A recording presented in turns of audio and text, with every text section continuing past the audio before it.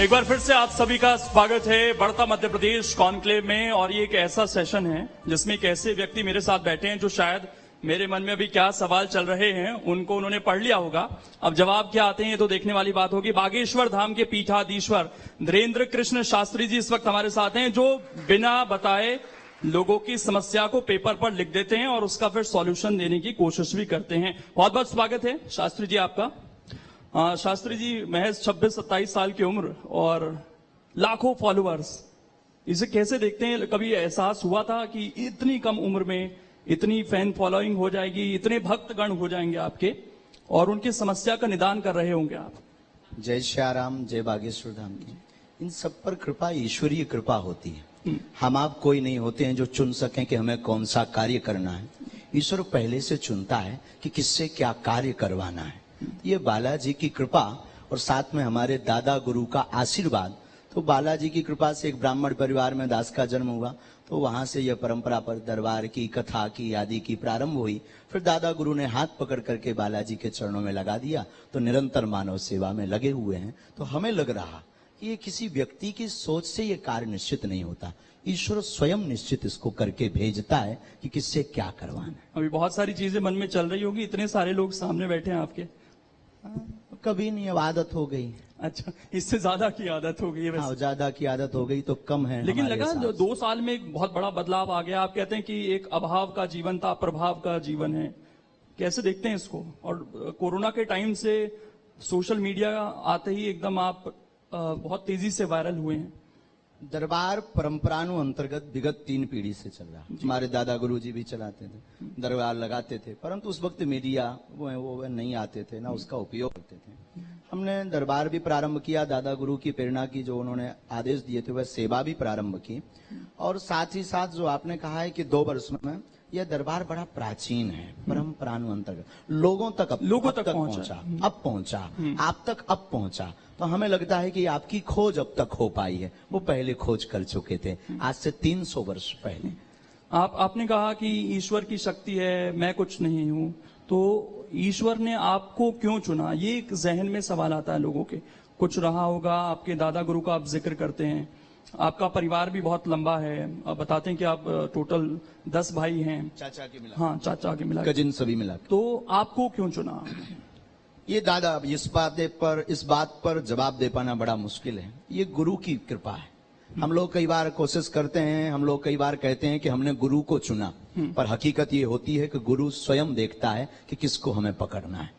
तो 10 भाइयों में गुरुदेव ने हमें पकड़ा, ये हमारा सौभाग्य है। अब इसका जवाब हमसे बेहतर तो हमारे दादा गुरु जी दे सकते थे, लेकिन उनका शरीर तो नहीं है, पर सूक्ष्म रूप में उनके संस्कार हमारे पास हैं। लेकिन इसका जवाब हम यही देंगे कि गुरु की विलक्षण सोच थी, गुरु की कृपा थी, और शिष्य के पास तो सिर्फ समर्पण के अलावा कुछ नहीं बचता, वो हमारे जीवन में है। तो ये जो अभाव से प्रभाव तक की जर्नी रही है, सोचा था कभी ऐसा, इस तरह की चीज? सौभाग्य है। हाँ। अभाव का जीवन बड़ा सौभाग्य। अभाव नहीं होता तो शायद आज हम प्रतिदिन अन्नपूर्णा भंडारा का क्रम नहीं प्रारंभ कर पाते। अभाव नहीं होता तो हम अपने जीवन में गरीब बेटियों का विवाह नहीं करवा पाते। तो हमारे लिए सौभाग्य। और लाखों लोग भारत में ऐसे हैं जो अभाव से जीवन जी करके, यहाँ पर भी अनेक लोग ऐसे बैठे हैं जो अभाव की जिंदगी जी करके अनेक उच्च पदों पर पहुंचते हैं। हमारे लिए ये वरदान प्राप्त है कि अभाव रहा तो हम आज लोगों की पीड़ा को समझ पा रहे हैं। लेकिन एक चीज आप खुद कहते हैं हमेशा कि अभाव में जब आदमी रहता है तो प्रभु के ज्यादा करीब रहता है।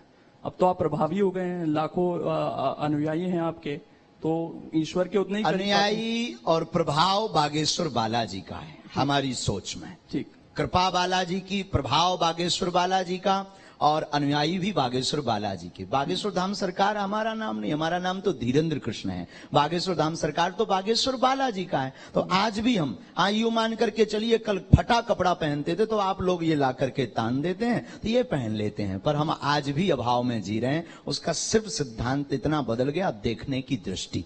देखने की दृष्टि बदल गई। एक चीज और, कई बार चैलेंज किया गया आपकी इन शक्तियों को, कई बार लोग पहुंचते हैं, उसे किस तरीके से आप देखते हैं? साइंस की कसौटी पर अपनी इन शक्तियों को कहां देखते हैं आप?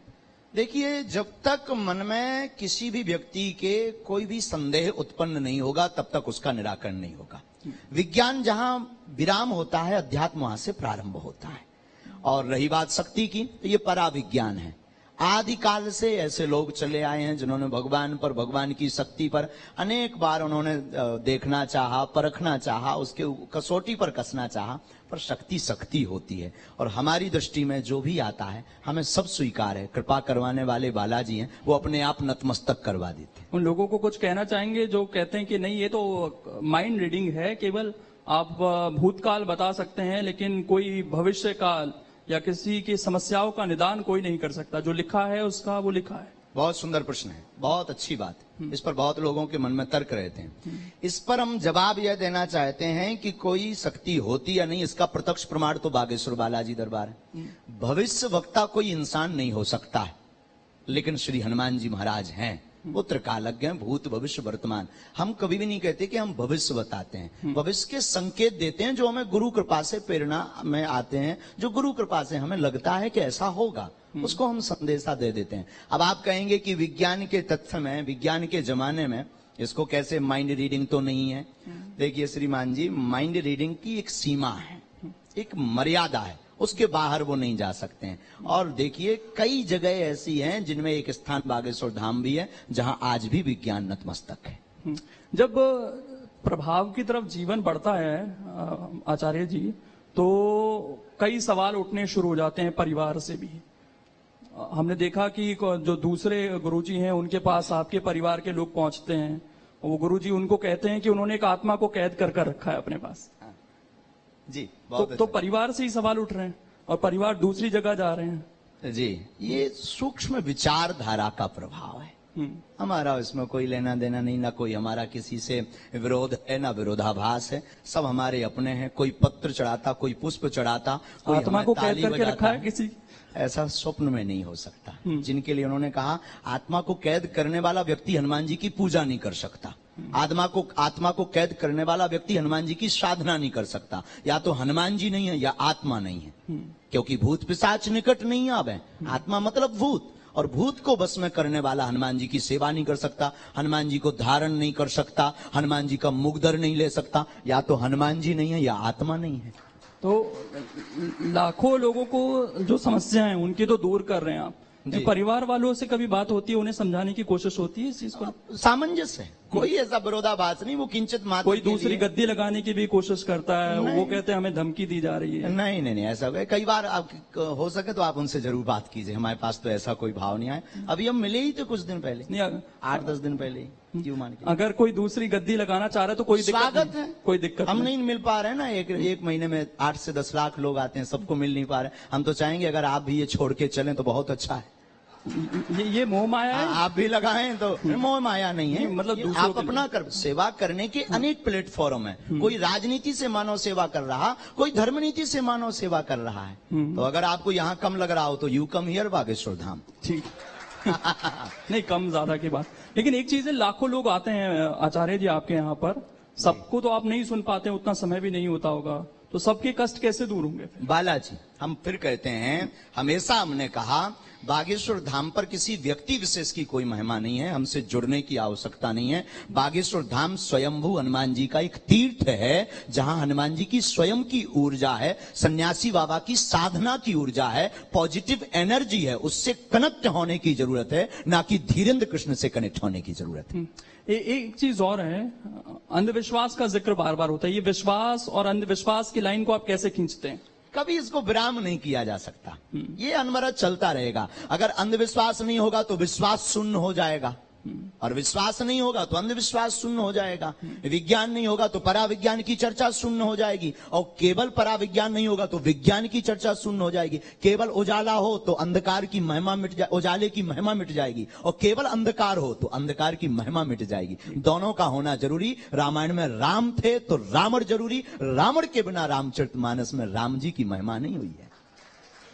जितने आचार्य हैं, संत हैं, वो हमेशा ये कहते हैं कि भगवान को मानिए, उनसे कभी मांगिए मत, उनके प्रति समर्पित हो जाइए। लेकिन अगर इंसान भगवान के प्रति समर्पित हो गया सर बाबा जी, तो आपके पास तो नहीं आएगा, वो आपके पास तो समस्या लेकर ही आता है। हम भी यही चाहते हैं कि सब ईश्वर से समर्पित हों। हम भी अंधविश्वास के खिलाफ मोर्चा खोलें, दरबार लगाने का ध्येय और सिद्धांत यही है कि इंसान कतई भगवान नहीं हो सकता। तमाम जो संत हैं वो ये कोशिश कर रहे हैं कि भाई आदमी खुश रहे, तमाम मोह माया से ऊपर आए, भगवान के प्रति समर्पित हो जाए, लेकिन हो नहीं पा रहा। आपके पास जो आते हैं वो ज्यादातर दुखी लोग ही आते हैं। हाँ, आना भी चाहिए, स्वागत है उनका। हमारी दृष्टि में अब महापुरुषों की बात अलग है, संतों की बात अलग है। संत जो कह रहे हैं वो बहुत ऊंचा ज्ञान है, बहुत अद्भुत ज्ञान है। उस ज्ञान में हमारे जैसे लोग तो पढ़ पाना बड़ा मुश्किल है। हम यही कहेंगे, आप जहां हैं, जो कर रहे हैं, उसी में आप ये मानिए कि चलिए कि ईश्वर की कृपा है। बस उनको भजना, उनको धन्यवाद देना बंद मत करिए। एक चीज और, सोशल मीडिया का मैंने जिक्र किया शुरू में कि बहुत अब लोग आपसे वहां पर जुड़ रहे हैं। 1-2 साल में और ज्यादा ये संख्या बढ़ी है। लेकिन एक चीज ये भी कही जाती है आपके बारे में कि आपको भी पता चल गया है कि सोशल मीडिया पर बने कैसे रहना, और इसके लिए आप एक से एक बयान देते रहते हैं। आप लोगों को कहते हैं कि बुलडोजर खरीद लीजिए घर में। हमारा न्यूज में बने रहने के लिए कोई भी बयान नहीं है, ना हम कभी ये चाहते हैं कि हम फ्रेम में बने रहें या टीवी में बने रहें। बुलडोजर वाले बयान का अगर आप जिक्र कर रहे हैं तो देखिए, हमारा वह बयान एकदम अहिंसक था, अहिंसक। उसमें हिंसा को लेस मात्र स्थान नहीं था। उसमें सिर्फ धर्म की रक्षा के लिए बात की थी। राम हमारे इष्ट हैं, आराध्य हैं, पूरे विश्व के पूज्य हैं, और कोई आपके पिता के ऊपर पत्थर मारे, और संविधान ये काम नहीं कर पा रहे हैं। एक मिनट, आपके पिता के ऊपर कोई पत्थर मारे या मारने आ जाए तो उसकी रक्षा करने की आजादी संविधान ने भी दी है। तो हमने सिर्फ रक्षा की बात की। हर घर में बुलडोजर खड़ा हो जाना चाहिए इस हिसाब से। बिल्कुल, अगर आपके पिता पर कोई मारे, पुलिस जब तक आएगी तब तक तो मर्डर हो जाएगा। पुलिस प्रशासन, सरकार, कानून, कोर्ट, जरूरत नहीं है। जब बाद में फोन लगाएंगे, बुलडोजर से पुलिस आएगी, जब फोन लगाएंगे तब आएगी। ये कहा जाता है कि अगर एक कातिल को आप सजा देना चाह रहे हैं, मतलब उसको मार दे रहे हैं, तो आप दूसरे कातिल बन जा रहे हैं खुद। तो ये तो उसी वाली नहीं, लिस्ट में जा रहे हैं। अहिंसक, हम तो वसुदेव कुटुंबकम की चर्चा करते हैं। कैसे अहिंसा कैसे होगी सर बुलडोजर? अहिंसा पूर्ण रूप हमने बयान दिया। बुलडोजर का मतलब आत्मरक्षा के लिए अपने पास व्यवस्था रखना। अगर आपको दिक्कत है कि आपको डर है तो आप क्रेन रख लो।